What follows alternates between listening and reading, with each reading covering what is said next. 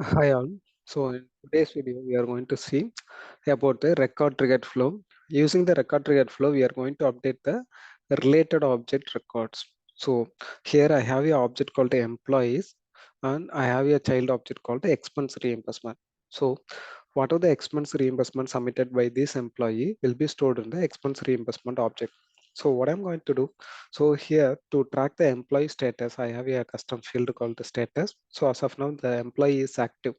So whenever the employee status is changed to resigned, so if the employee is resigning, then what I'm going to do, I'm going to make all his current expense reimbursement. So if you go to expense reimbursement, here you can see there are all the expense reimbursement are available. For this employee, I have two expense reimbursement. One is already approved, another one is awaiting approval. So if there are any unapproved expense reimbursement for that employee during the resignation, so I am going to update the status as rejected. So that is our scenario. Okay, so here if you go to this employee, if you go to the related list, you can see the expense reimbursement. Here you can see there are many, and one is approved, one is already rejected, two are new, one is awaiting approval.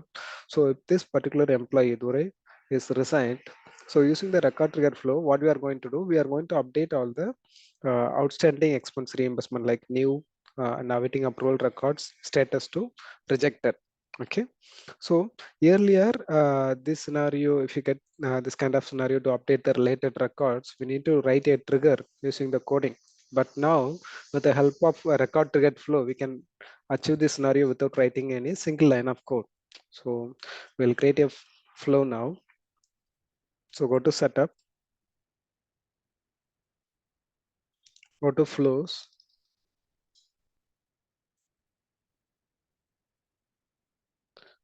create new flow. Here we need to choose record triggered flow. Create.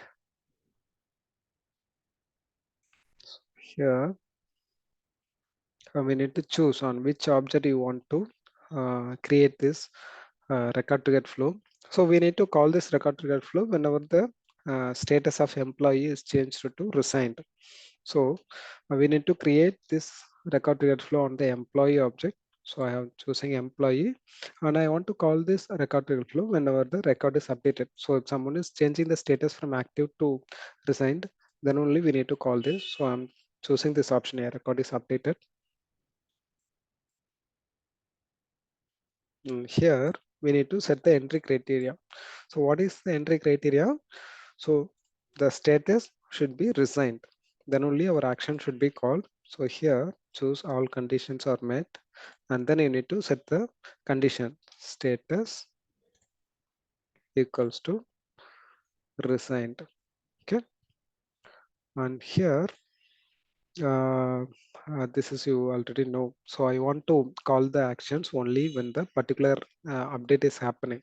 Okay, not on every time. So I'm choosing the second option, and I want to update the related records. So if you want to update the same object records, you can go with this fast field updates. I want to update the related records. So I'm going with the second option, actions and related actions, related records, and then click done. So here then we need to update the expense reimbursement object records, right? So we need to add update records element. So click plus symbol. So here choose update records, update triggering record or update records.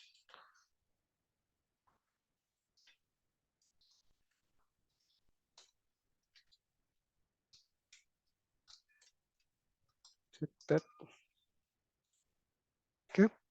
So here choose the fourth option. So we need to identify the related expense reimbursement records, and we need to add the conditions, right? So it should be only the expense reimbursement record should not be in approved status. So I'm choosing the fourth option.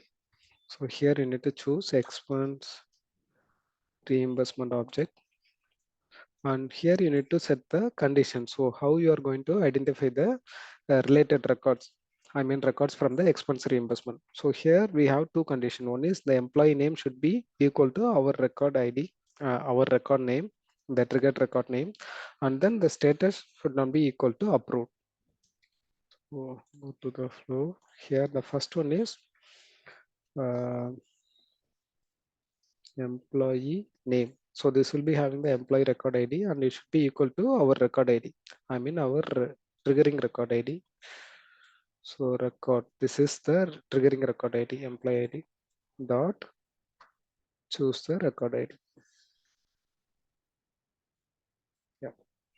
And second condition is status not equal to approved. Does not equal to approved. Okay.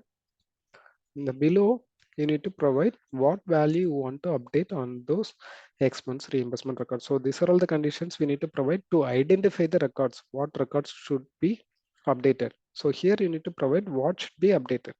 So here we need to update the status equals to rejected.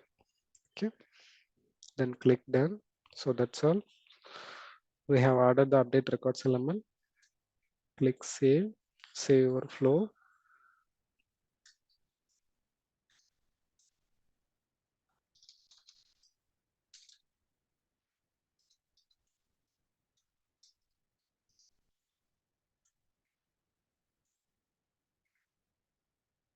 Click save and then click activate.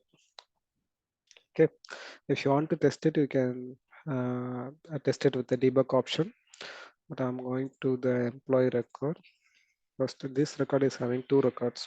So December employee one. If you go to the related records, you can see there are two records. One is approved, another one is awaiting approval. So I'm going to, this employee is currently active. So I'm going to change the employee status to resigned now. So I'm clicking save. Now if you go to the related records and refresh, then go to the related records. If you go here, you can see still this approved record is in approved status. It was in some other status. You can see it is changed to rejected. Okay, as per our flow. If you go to the Durai record, here you can see. So this record is currently active. And if you go to the related records, you can see. So one is the E005 is approved. The first one is rejected. Other and the second and fourth is in new status. The last one is awaiting approval. So if we change the employee status to resigned, all these three records will be changed to rejected. Let's see. Go to the details. Click edit to the employee status and change it to resigned. Click save. Go to the related record. So here you can see all are changed to rejected. The approved record is still in the approved. It is not changed to rejected. Okay. So this is how you can use the record triggered flow to update the related records. You don't have to write trigger anymore. You can use the record triggered flow itself. Thank you.